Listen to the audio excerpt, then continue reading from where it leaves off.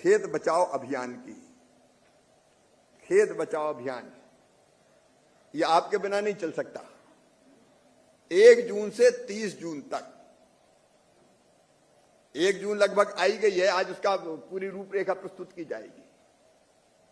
आप सबको भी निकलना पड़ेगा, मैं भी निकलूंगा, आप भी निकलें, बाकी मंत्रियों से भी कहें, केंद्रीय मंत्रियों से कहें, विधायकों से कहें, सांसदों से कहें, जनप्रतिनिधि लीड करें तो स्वीकार्यता बढ़ती है। और खेत बचाव में माटी में कौन से तत्व है वो सब देख के, कौन सी फसल, कितना खाद, कौन सा पेस्टिसाइड।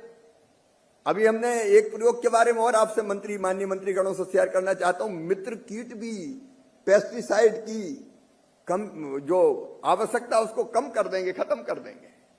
ऐसे कीट जो दूसरे हमारे शत्रु कीट है फसलों के, उनको ही खा जाते हैं। आज विस्तार से नहीं बता रहा, लेकिन इसके बारे में भी बहुत तेजी से काम करने की जरूरत है। आईसीआर काम कर रहा है।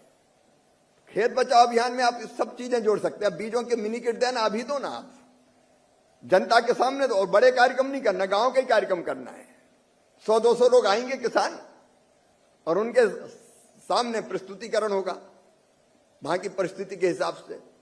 दूसरे हम योजनाओं का लाभ बांटते, केसीसी बन रहे, केसीसी बांटते हैं हम।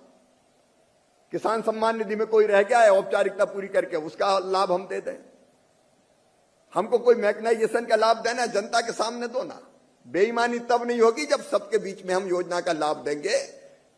अगर हमने कभी भी डाल दिया, किसी को भी डाल दिया और किसी को पता ही नहीं है, जंगल में मोर नाचा किसने देखा, तो उसमें गड़बड़ की भी संभावना रहती। मैं कहता हूं कि जितनी योजनाओं के लाभ अभी 6 महीने के विदिन 6 मंथ देना है, हम इस खेत बचाओ अभियान में दे दें, औपचारिकताएं पूरी करके। यहां से मदर सैंक्शन जारी हो गई, आप औपचारिकताएं पूरी करो। ड्रिप देना है आपको, स्प्रिंकलर देना है, मैदान में दो ना, गांव में सबके सामने।